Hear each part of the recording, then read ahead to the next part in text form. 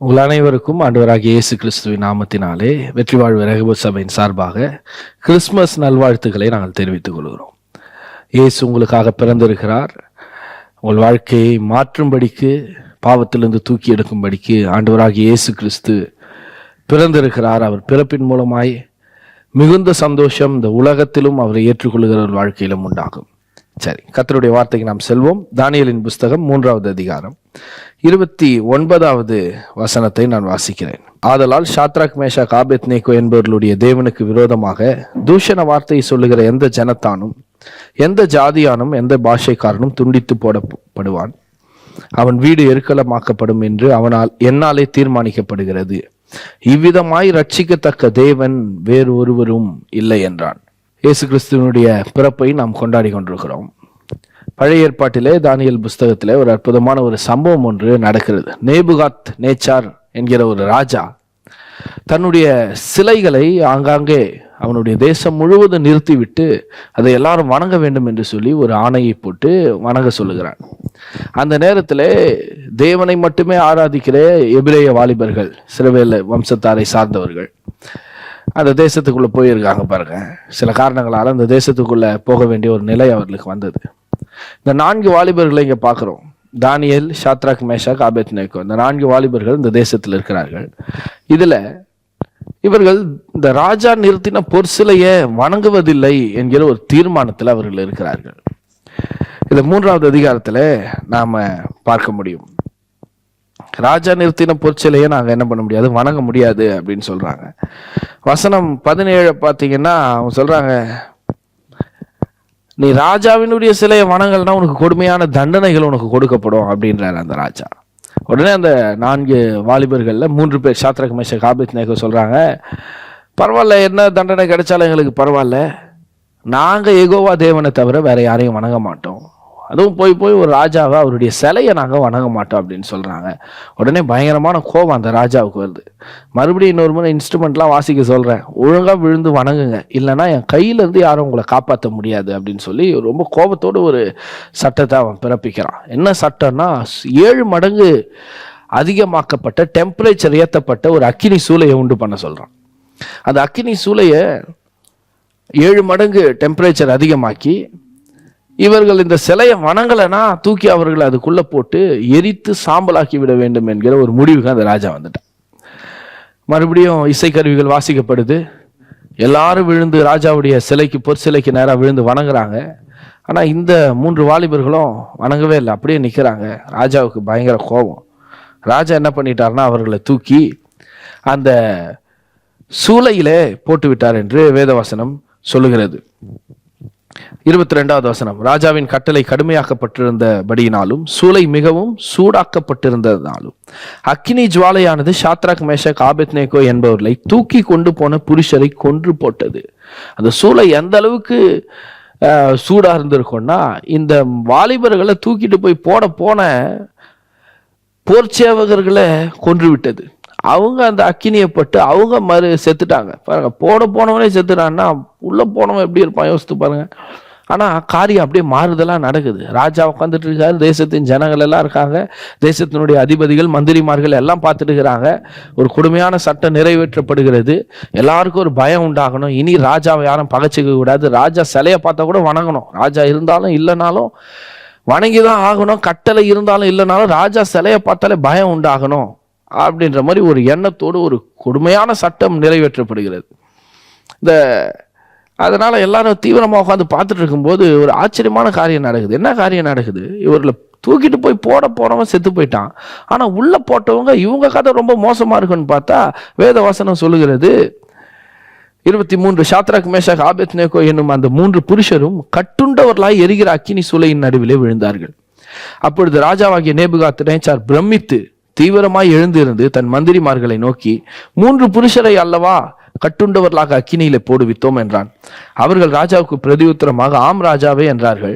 அதற்கு அவன், இதோ 4 பேர் விடுதலையாய் அக்கினி நடுவிலே உலாவுகிறதை காண்கிறேன். அவர்களுக்கு ஒரு சேதமும் இல்லை. 4ஆம் ஆளின் சாயல் தேவபுத்திரனுக்கு ஒப்பாய் இருக்கிறது என்றான். ஒரு பெரிய ஆச்சரியமான காரியம். எரிகிற சூளையில தூக்கி போட்டிருக்கிறாங்க.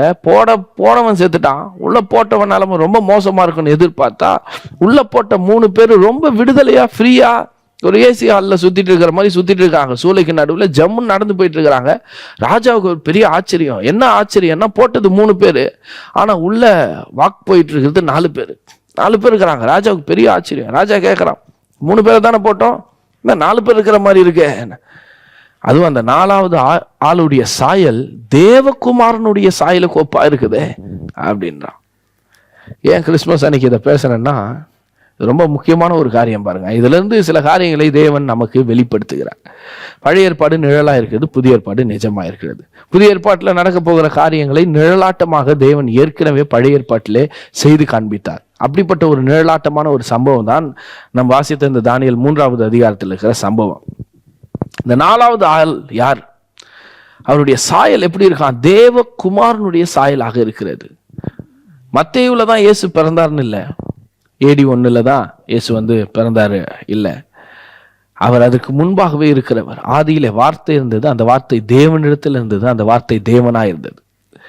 வார்த்தையா இருந்த தேவன் ஏற்கனவே இருந்தவர் தான் இந்த உலகத்தில் அவதரித்து வந்தார். அதனாலதான் ஏசாயாவின் புஸ்தகத்தில் நாம் வாசிக்கிறோம், நமக்கு ஒரு பாலகன் பிறந்தான், நமக்கு ஒரு குமாரன் கொடுக்கப்பட்டார். அவர் கொடுக்கப்பட்டார். ஏற்கனவே இருந்தால் தான் கொடுக்க முடியும்.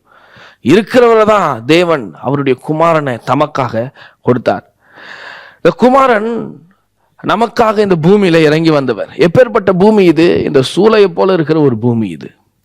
எரிகிற சூளை, வேதனை நிறைந்த, துர்நாற்றத்தை வீசக்கூடிய, அடையாளத்தை மாற்றக்கூடிய, அழிக்கக்கூடிய ஒரு சூளை பாருங்க. இந்த சூளை எதற்கு ஒப்பா இருக்குதுன்னா, இந்த முழு உலகத்துக்கும் ஒப்பா இருக்குது. இந்த பாவம் நிறைந்த உலகம் அப்படிப்பட்ட ஒரு உலகம். இந்த பாவம் நிறைந்த உலகத்துல ஒரு மனுஷன் வெற்றிகரமா வாழறதுன்றது சாதாரணமான காரியம் அல்ல. அது கடவுளுடைய உதவி தேவை. ஏன்னா சுற்றி இருக்கிற மனிதர்கள்லாம் எப்படி அழிக்கலாம், எப்படி மோசம் பண்ணலாம், எப்படி துரோகம் பண்ணலாம், எப்படி கதையை முடிக்கலாம் அப்படின்னு தான் பார்த்துட்டு இருக்கிறாங்க. இந்த நேபுகாத்நேச்சாரை போல எந்த வாய்ப்பு கிடைச்சாலும் அழிச்சிடலாம், தன்னுடைய அதிகாரத்தை காட்டணும், தன்னுடைய ஆளுமையை காட்டணும், அப்படிதான் சுத்தி மக்கள் இருக்காங்க பாருங்க. இந்த உலகமும் நம்முடைய அடையாளத்தை குறிவைக்குது. எரியிற சூளையில போட்டா நெருப்பு பட்டா என்ன ஆக யோசித்து பாருங்களேன். நெருப்பு பக்கத்துல உட்காந்துல அந்த காலத்துல கிராமத்துல அடுப்பு பக்கத்துல உட்காந்து சமைப்பாங்க. சமைச்சிட்டு வந்தா அவங்க மேலெல்லாம் ஒரே புகை வாசனையா இருக்கும்.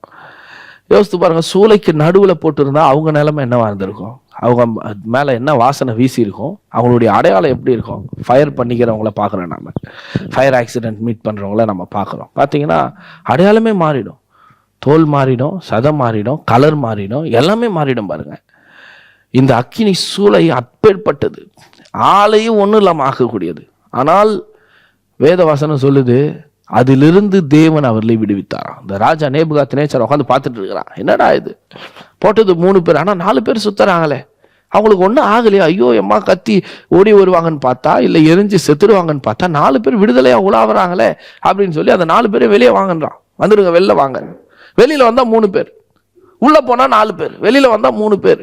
அவனுக்கு நல்லா புரிஞ்சிடுச்சு, இவன் ஏதோ ஒரு கடவுளை வணங்குறான், அந்த கடவுள் தான் இவன் கூட நின்று இருக்காரு, அந்த கடவுள் தான் இவனை காப்பாத்துறாரு அப்படின்னு சொல்லி அவங்கள வெளியே கூப்பிட்டு அதிகாரிகளை வச்சு செக் பண்ண சொல்றான் பாருங்க. அவங்க ரிப்போர்ட் கொடுக்குறாங்க, ஒரு தீ காயமும் இல்லை, இவங்க மேல ஒரு புகை வாசனை இல்லை, ஏன் இவங்களுடைய ஒரு முடி கூட கருகல அப்படின்னு சொல்றான். இப்படி சொன்ன உடனே ராஜா கொடுக்குற ஸ்டேட்மெண்ட் தான் இந்த 29வது வசனம். ராஜா என்ன ஸ்டேட்மெண்ட் கொடுக்குறான்னா, சொல்றான், இந்த தேசம் முழுவதும் இந்த சாத்ராக் மேஷாக் ஆபேத்நேகோ வணங்குறாங்க பாருங்க, இந்த இஸ்ரவேலின் தேவனை தான் வணங்கணும், இந்த யெகோவா தேவனை தான் வணங்கணும். ராஜா கன்வின்ஸ் ஆயிட்டான். கடவுள் செய்யற அற்புதத்தை பார்த்து ராஜா மனம் திரும்பிட்டான் பாருங்க. ராஜா கடவுளை ஏற்றுக்கினான். அவன் சொல்ல, இந்த தேவனை தான் வணங்கணும், இந்த தேவனை வணங்காதவனுடைய வீடு எருக்களமாக்கப்படும் அப்படின்னு அவனை அழிச்சிடுவேன் நான். இவர் தான் கடவுள், இவரே மெய்யான தேவன். அதுல ஒரு அற்புதமான ஸ்டேட்மெண்ட் என்ன தெரியுமா? 29வது வசனத்தின் கடைசி பகுதியில், இவ்விதமாய் ரட்சிக்கத்தக்க தேவன் வேறு ஒருவரும் இல்லை. No god saves like this. இந்த தேவனை போல, இந்த ராஜாவை போல, இந்த சர்வ வல்லமையுள்ள ஆண்டவரை போல ரட்சிக்கத்தக்க வேறொரு தேவன் இல்லை. இந்த நல்ல வேளையில நான் இந்த செய்தி தான் உங்களுக்கு சொல்லுகிறேன்.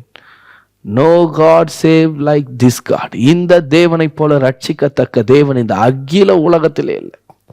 இந்த தேவன் ரட்சிக்கிற தேவன், ரட்சிக்கும்படிக்கு இந்த உலகத்தில் இறங்கி வந்த தேவன்.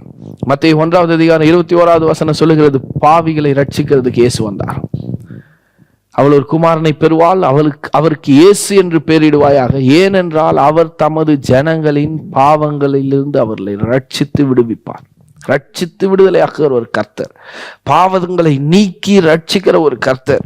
லூக்கா 2:11 சொல்லுகிறது, இன்று கர்த்தராகிய கிறிஸ்து எனும் ரட்சகர் உங்களுக்காக தாவீதின் ஊரிலே பிறந்திருக்கிறார். இந்த இயேசு கிறிஸ்துவின் ஒரு பேரு ரட்சகர். எதிலிருந்து ரட்சிக்கிறவர்? பாவத்திலிருந்து ரட்சிக்கிறவர். நீங்க மனுஷன் பாவத்துல சிக்கி இருக்காம பாருங்க. பாவத்தினுடைய வல்லமை கொடுமையானது. அதை அறியாமலே மக்கள் பாவத்தை தண்ணீரை போல குடிக்கிறாங்கன்னு வேதம் சொல்லுது பாருங்க.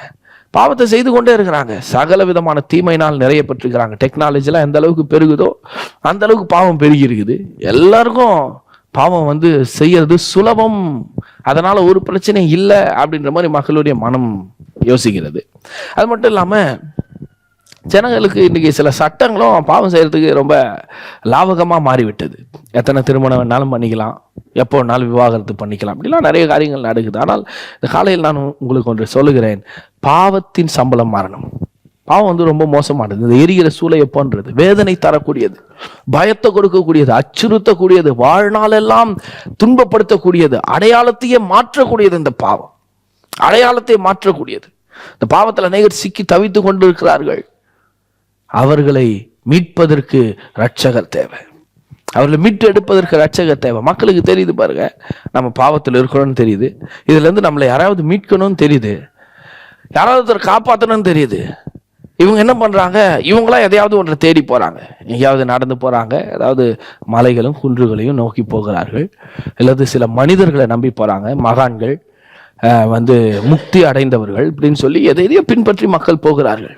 நல்ல செய்தியை சொல்றேன், இந்த தீச்சூளையை போல இருக்கிற அடையாளத்தையே மாற்றக்கூடிய, துர்நாற்றத்தை வீசக்கூடிய இந்த மோசமான நரகம் என்கிற பாவத்திலிருந்து, இந்த நரகம் போன்று இருக்கிற அந்த வாழ்க்கையிலிருந்து விடுதலையாக்குற ஒரே ஒரு ரட்சகர் ஆண்டவராகிய இயேசு கிறிஸ்து. ஆகவேதான் அவர் சிலுவையில மரித்து ரத்தத்தையே சிந்தி ஜீவனை கொடுத்தார். வேதம் சொல்லுது, இயேசு கிறிஸ்துவனுடைய ரத்தம் சகல பாவங்கள்ல நம்மை கழுவி சுத்திகரிக்கிறது. மனுஷன் நிம்மதியா வாழக்கூடாதபடிக்கு தடுக்கிற ஒரு மிகப்பெரிய ஆயுதம் என்னன்னா அது பெரிய பாவம். பாருங்க, பாவம் சர்வசாதாரணமா செய்யலாம். சில சொல்றாங்க, நான் ரொம்ப நல்லவங்க, எந்த எறும்பு ஈக்காக்கா கூட நான் எந்த துரோகமும் பண்ணது கிடையாது அப்படின்னு சொல்றாங்க. ஆனாலும் வேத வசனம் சொல்லுகிறது, மனுஷனுடைய இருதயத்துல பாவம் இருக்கிறது, பாவம் குடிகொண்டு இருக்கிறதுன்னு வேதம் சொல்லுது. பாவத்தினால மனுஷன் பிடிக்கப்பட்டிருக்கிறான், பாவத்தினால நிறையப்பட்டிருக்கிறான். முதல் மனுஷன் பாவம் செஞ்சதுனால பாவம் ரத்தத்தின் வழியாய் கடத்தப்பட்டிருக்கு. அதனாலதான் ஒரு சின்ன பிள்ளைங்கள்கிட்ட கூட பாவத்தின் சுவாபத்தை பார்க்க முடியும். நம்ம சொல்லும் பச்சை குழந்தைன்னு சொல்றோம், ஆனா அந்த குழந்தை பாருங்க பொய் சொல்லுது. எங்கேயாவது போய் விளையாட போனா ஏதாவது ஒரு பொருளை தூக்கிட்டு வந்துடுது, யாராவது அந்த பொருளை எடுத்தியான்னு கேட்டா இல்லைன்னுது. விளையாட போன இடத்துல யாருக்கும் தெரியாம ஒரு பொருளை எடுத்துட்டு வர்றது பொய், திருட்டு. அதை எடுத்தியான்னு கேட்கும் போது இல்லைன்னு சொல்றது பொய். யோசித்து பாருங்களா, இந்த திருட்டு இந்த பொய்யெல்லாம் யாரு சொல்லி கொடுத்தது? தாய்மொழி தமிழ், அதை சொல்லி கொடுக்கறதுக்கு டியூஷன் தேவைப்படுது. ஆனா அந்த திருட்டு இந்த மாதிரி சில பாவத்தின் காரியங்களை யாருமே சொல்லி கொடுக்காமலே வருது. ஏன்னா ரத்தத்துல பாவம் கலந்துருக்கு. முதல் மனுஷன் பாவம் செய்தான், அவனுடைய ரத்தத்தின் வழியா பாவம் கடத்தப்பட்டிருக்கிறது. வேதம் சொல்லுது, ஒரே மனுஷனாலே பாவமும் பாவத்தினாலே மரணமும் உலகத்திலே பிரவேசித்தது. பாவத்தின் சம்பளம் மரணம். எனக்கு அநேகர் பாருங்க, உயிர் மட்டும் தான் இருக்கு, வாழ்க்கையில எல்லாம் போச்சு. வேதனை உள்ள வாழ்க்கை, சோர்வின் வாழ்க்கை, துயரத்தின் வாழ்க்கை, சந்தோஷமே இல்லை, சிரிச்சு ரொம்ப நாள் ஆகுது, தூக்கம் இல்லை. வசதி வாய்ப்புகள்லாம் இருக்கு, இஎம்ஐல நிறைய பொருள் கிடைக்குது, இஎம்ஐல இன்னைக்கு வீடே கிடைக்குது, வசதி எல்லாம் இருக்கு. பணம் எல்லாம் பணம் சம்பாதிக்கிற வழியை மக்கள் அமோகமா கண்டுபிடிச்சு யூடியூப்ல வீடியோ போட்டே சம்பாதிக்கிறான் பாருங்க. எல்லாத்துக்கும் வழியும் இருக்கு. ஆனா சந்தோஷம் எங்க கிடைக்கும்? சமாதானம் எங்க கிடைக்கும்? நிம்மதி எங்க கிடைக்கும்? இயேசு சொல்லுகிறார், உலகம் தரக்கூடாத சமாதானத்தை நான் உங்களுக்கு தருகிறேன் என்றார். அவரால் மட்டும் தான் சமாதானம் தர முடியும். ஏன்னா அவர் தான் ரட்சகர். பாவத்திலிருந்தும் வியாதியிலிருந்து இந்த தீச்சூளையை போல இருக்கிற எல்லா காரியங்களிலிருந்தும் விடுதலையாக்கக்கூடிய ஒரே ஒரு ரட்சகர் நான் பிரசங்கித்துக் கொண்டிருக்கிற இயேசு மட்டும்தான். அவருடைய பிறப்பு ரொம்ப முக்கியம் பாருங்க. அதனால்தான் அவர் பிறந்தார். அவர் மட்டும் பிறக்கலன்னா என்ன ஆயிருக்கும் பாருங்க, மனுஷன் இந்த தீச்சூளையிலே இருந்து அழிஞ்சிருப்பான். அதை வெளிப்படுத்திட்டார் கடவுள். ஆத்ராக், மேஷாக், ஆபேத்நேகோ 3 பேரு. ஆனா 4வது ஒரு ஆள் அங்க நிக்கிறார். நான் சொல்லுகிறேன், சத்தத்தை கேட்கிற உங்களுக்கு சொல்லுகிறேன், உங்க வாழ்க்கை நரகம் போல இருக்கா? தீச்சூளைய போல இருக்கா? எனக்கு பிடிக்கவே இல்லை இந்த வாழ்க்கைன்றீங்களா? நிம்மதியே இல்லை என் வாழ்க்கையில, சமாதானமே இல்லை, ஏதோ ஒண்ணு துரத்திட்டே இருக்குது, என்ன ஓடிட்டே இருக்கிறேன் வாழ்க்கையில, பயமுறுத்திட்டே இருக்கிறாங்க, அச்சுறுத்தி கொண்டே இருக்கிறாங்க, கண்ணுக்கு முன்னாடியே வந்து போகுது, எதையும் என்னால மறக்க முடியல, இதுல இருந்து வெளியே வர முடியல, என்னுடைய வாழ்க்கை ரொம்ப மோசமா இருக்குது. அப்படின்ற நிலைமையில நீங்க இருப்பீங்களா? நான் உங்களுக்கு சொல்றேன், ரட்சகர் ஒருவர் உங்களுக்காக பிறந்திருக்கிறார்.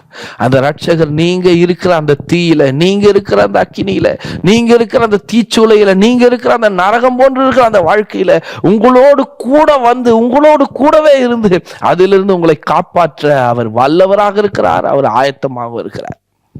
அதனால வேதம் சொல்லுது, அவருக்கு இம்மானுவேல் என்று பெயரிடுவார்கள்.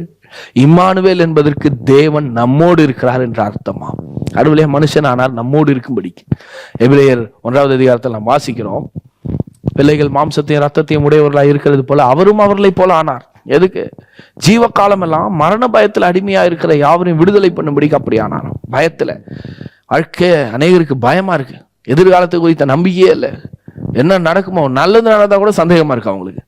நல்லது நடந்து இருக்குதுங்க, ஆனா எப்ப கெட்டது நடக்கும்னே தெரியல. சில பேர் பார்த்துருக்கீங்களா, சிரிப்பாங்க, ரொம்ப சிரிச்சுட்டு டக்குன்னு அமைதியா இருந்துட்டு அவங்க சொல்லுவாங்க, ரொம்ப சிரிக்கிறேன், அழுதுருவேன் போல, நான் அழுவம் போல, இன்னைக்குள்ள அழுவம் போல அப்படின்னுவாங்க. அப்படின்னா பயம் உள்ள, எதிர்காலத்து குறித்த ஒரு நல்ல நம்பிக்கை இல்லை, நிச்சயம் இல்லை.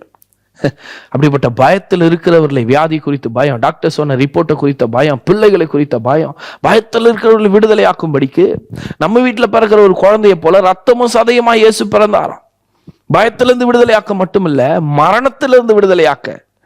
அந்த மரணத்துக்கு அதிகாரியான பிசாசனுடைய தலையை நசுக்கி அவன் கையிலிருந்து ஜனங்களை விடுதலையாக்க பிறந்தாராம். அதுக்கு பிறகு கீழே இருக்கிற வசனம் சொல்லுது, அவர் தேவதூதருக்கு உதவியாக கை கொடாமல் எவ்விதத்திலும் தம்முடைய சகோதரருக்கு ஒப்பாக வேண்டியிருந்தது.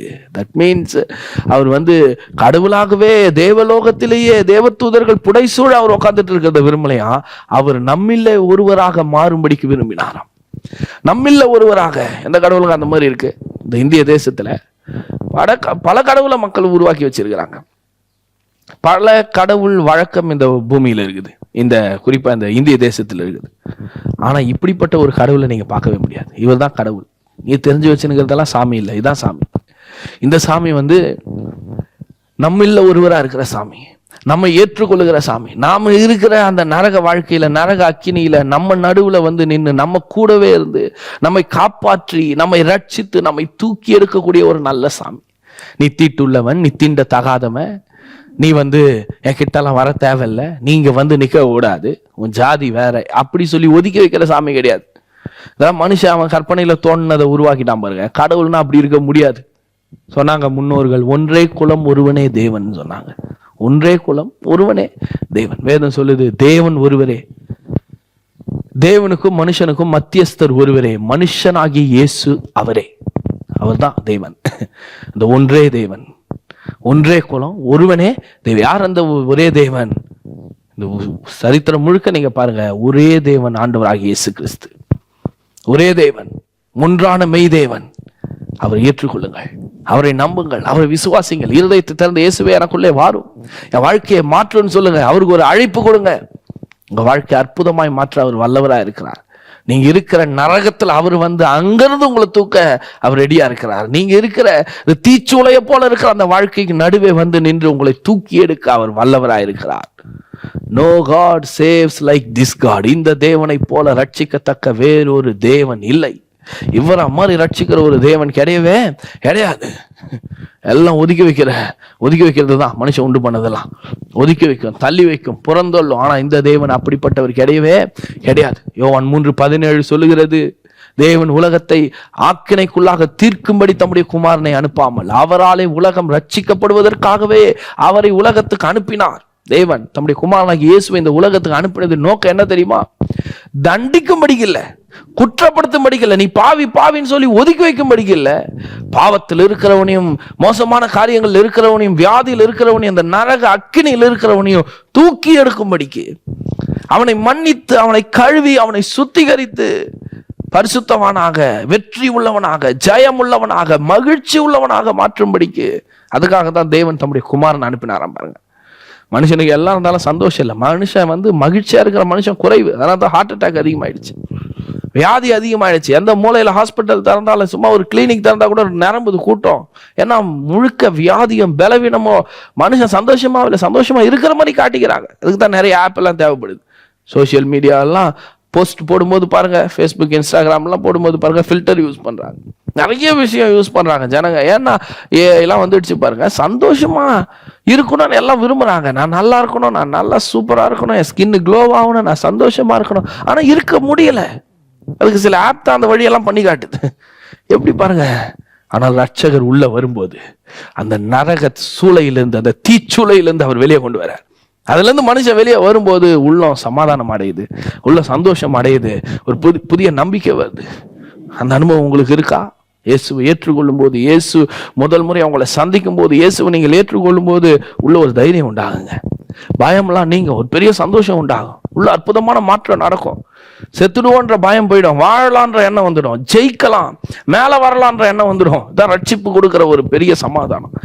இவ்வளவு பெரிதான ரட்சிப்புன்றார் பவுல். ரட்சிப்பு உள்ள வந்துடுச்சுன்னா இந்த விதத்தெல்லாம் வேலை செய்யும். நண்பரே, இந்த அனுபவம் உங்களுக்கு இருக்கா?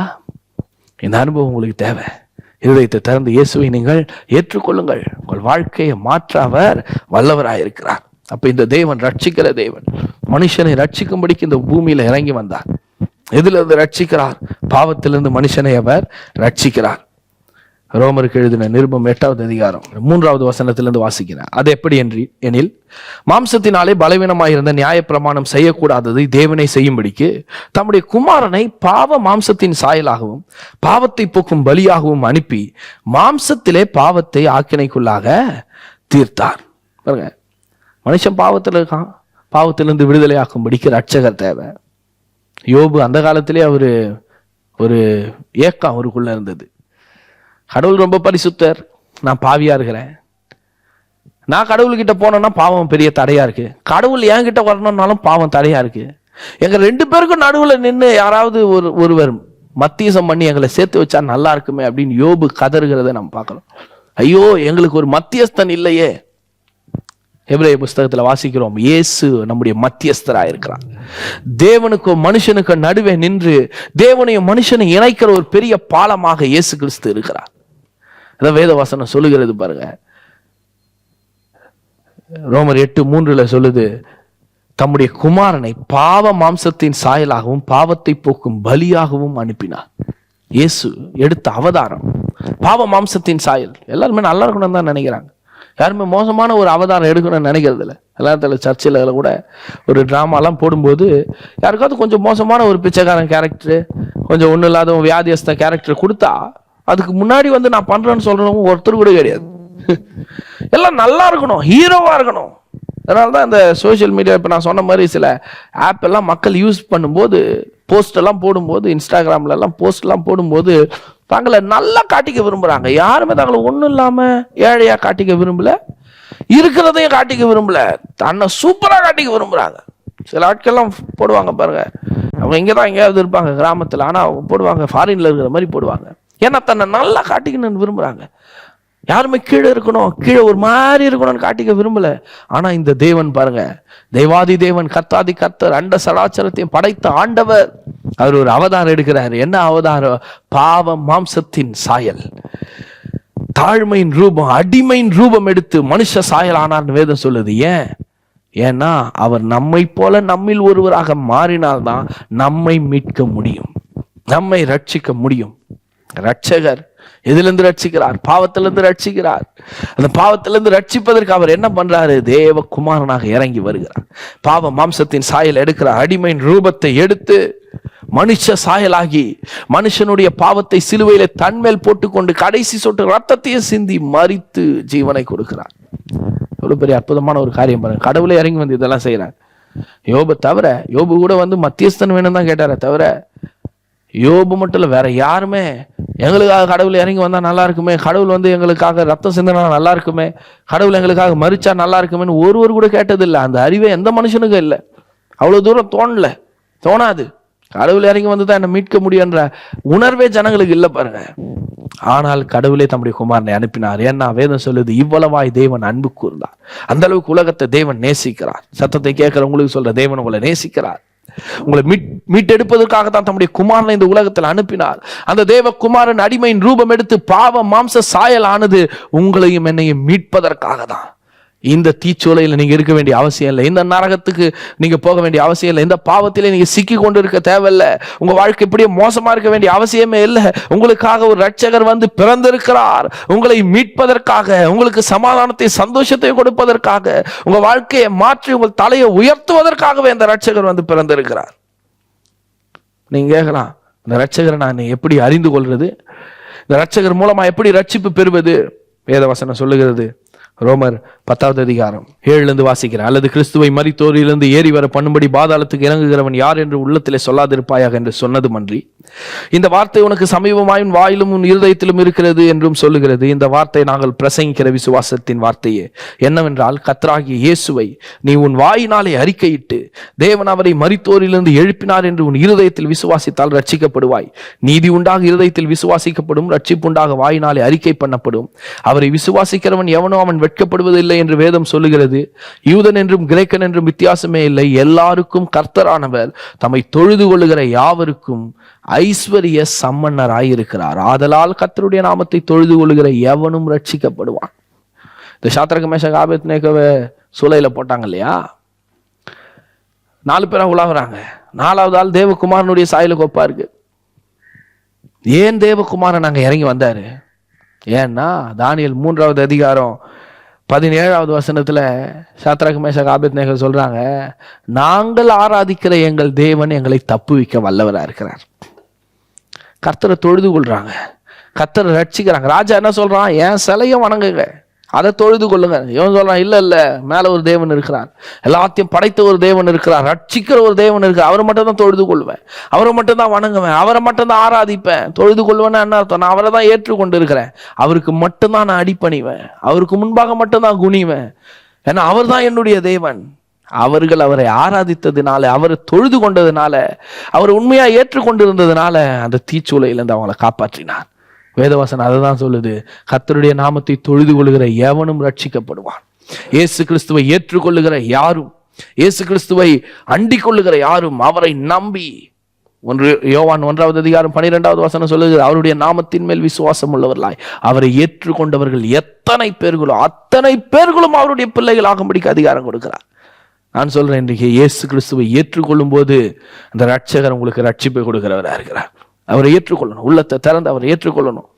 என்னன்னு சொல்லி ஏற்றுக்கொள்றது? என்னவென்றால், வாசித்தலையா ரோமர் 8:9, ரோமர் 10:9, என்னவென்றால் கர்த்தராகிய இயேசுவை வாயினாலே அறிக்கையிட்டு தேவன் அவரை மரித்தோரிலிருந்து எழுப்பினார் என்று இருதயத்தில் விசுவாசித்தால். 2 காரியம் செய்யணும். ரட்சகர் உங்களுக்கு தேவையா? ரட்சிப்பு உங்களுக்கு தேவையா? இந்த நரகம் போன்று இருக்கிற இந்த வாழ்க்கையில, தீசூளைய போல இருக்கிற இந்த வாழ்க்கையிலிருந்து, இந்த பிரச்சனையிலிருந்து, இந்த நெருக்கத்திலிருந்து உங்களை மீட்பதற்கு உங்களுக்கு ரட்சகர் தேவையா? மோட்சத்தை அடையும்படிக்கு, மோசமான அந்த நரகத்துக்கு போயிடாம மோட்சத்தை அடையும்படிக்கு ரட்சகர் உங்களுக்கு தேவை, ரட்சிப்பு உங்களுக்கு தேவைன்னா 2 காரியம் செய்யணும். 1, இயேசுவை தேவன் மரித்தோரிலிருந்து எழுப்பினார் என்று இருதயத்தில் விசுவாசிக்க வேண்டும், வாயினாலே அறிக்கை பண்ண வேண்டும். ரொம்ப சிம்பிளான காரியம் தான். வேதம் வந்து வேற கஷ்டமான எந்த காரியத்தையும் சொல்ல. பொட்டு எடு, பூவெடு, ட்ரெஸ்ஸை மாத்திடு, அதை பண்ணிட்டு, இதை வேதம் எதையுமே சொல்லலாங்க. 2 தான். இருதயத்துல விசுவாசிக்கணும், வாயினால் அறிக்கை. இங்க நம்பணும். இந்த இருதயத்தை திறந்து, இயேசுவே நான் உம்மை நம்புறேன், நீர் எனக்காக மரித்தீர், இந்த உலகத்துல எனக்காக தான் வந்தீர், பாவ மாம்ச சாயல் எடுத்தது எனக்காக தான், குழந்தையாக பிறந்து ஒரு மனுஷனா மாறி கல்வாரி சிலுவையில மரித்து ரத்தம் சிந்தினது எனக்காக தான், நான் அதை நம்புறேன், நீர் உயிரோடு இருக்கிறீர் என்பதை நான் விசுவாசிக்கிறேன்னு சொல்லி இருதயத்துல நம்பணும், வாயில அதை சொல்லணும். இது 2 பண்ணும்போது உள்ள ரட்சிப்பு வருது.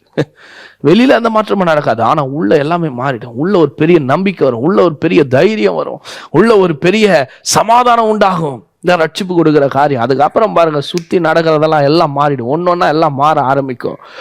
இந்த பூமியிலேயே பரலோகத்தை நீங்க அனுபவிக்க முடியும். அதெல்லாம் சாத்தியமாங்க? ஏன் சாத்தியம் இல்லை? பூமியில இங்க இருக்கும்போது வாழ்க்கை நரகமா இருக்குதுன்றாங்க. இங்க நரகத்தை அனுபவிக்க முடியும். நான் சொல்றேன், இங்கேயே பரலோகத்தையும் அனுபவிக்க முடியும்.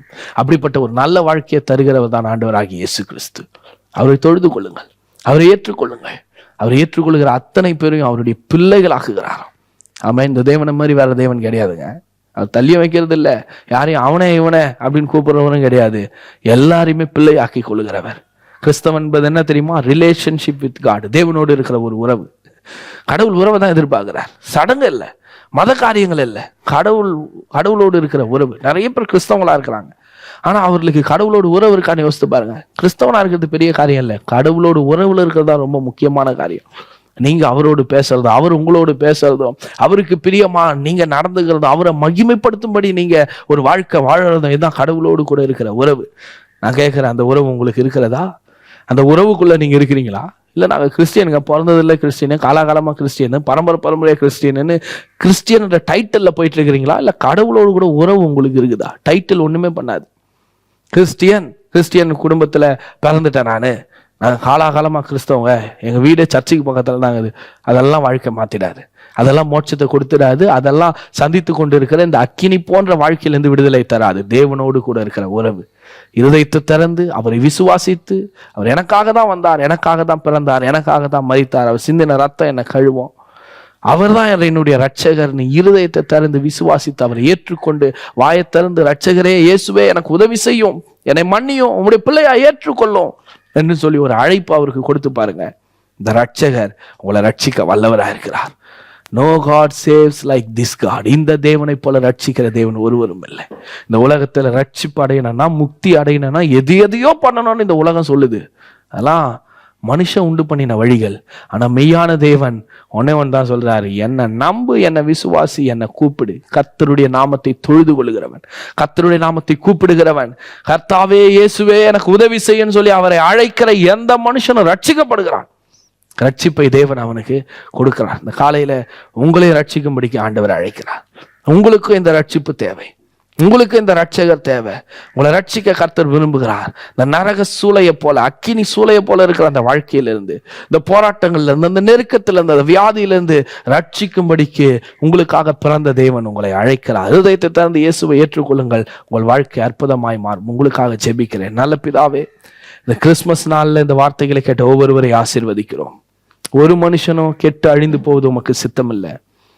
எல்லாரும் நித்திய ஜீவனை அடைய வேண்டும் என்று நீர் விரும்புகிறீர். எல்லாரும் நல்லா இருக்கணும்னு விரும்புகிற தேவன் நீர். எல்லாரையும் உயர்த்த விரும்புகிற கர்த்தர், மேல கொண்டு வர விரும்புகிற கர்த்தர். ஆகவேதான் இந்த நரகம் போன்று இருக்கிற இந்த உலகத்தில் நீர் இறங்கி வந்தீர். நரகம் போன்று வாழ்க்கையை கொடூரமா அனுபவித்துக் கொண்டிருக்கிற இந்த மக்களை மீட்பதற்காக மனு அவதாரம் எடுத்தீரே. இன்றைக்கு யாரெல்லாம் இருதயத்தை திறந்து உம்மை ஏற்றுக்கொள்கிறார்களோ ஒவ்வொருடைய வாழ்க்கையை மாறட்ட கர்த்தாவே. ஒவ்வொருவரும் இன்றைக்கு அந்த அக்கினி போன்று இருக்கிற அந்த சூளையிலிருந்து வெளியே வரட்ட கர்த்தாவே. ஓ ஸ்தோத்திரம், உம்முடைய ரட்சிப்பை அவர்கள் பெற்றுக்கொள்ளட்டும். ரட்சகர் உம்மை பிடித்துக் கொள்ளட்டும். இருதயத்தில் விசுவாசித்து வாயில அறிக்கை பண்ணி ரட்சிப்பை பெற்றுக்கொள்ளட்ட கர்த்தாவே. கிறிஸ்துமஸின் சந்தோஷம் ஒவ்வொருவருக்கு நிறைவாய் உண்டாகட்டும். எல்லா ஜனங்களுக்கும் மிகுந்த சந்தோஷத்தை உண்டாக்க நற்செய்தின்னு சொன்னீரே. ஆமாண்டவரே, நீர் பிறந்து இருக்கிறீர் மனுஷனை மீட்பதற்காக. இதை கேட்கிற ஒவ்வொரு ஜனங்களுக்கும் அவருடைய உள்ளங்களிலும் இல்லங்களிலும் மிகப்பெரிய சமாதான சந்தோஷம் உண்டாகட்டும். வாழ்த்தி ஆசீர்வதிக்கிறோம். இயேசுவின் நாமத்தில் ஜெபிக்கிறோம் பிதாவே. ஆமென், ஆமென். God bless you. கர்த்தர் உங்களை ஆசீர்வதிப்பார்.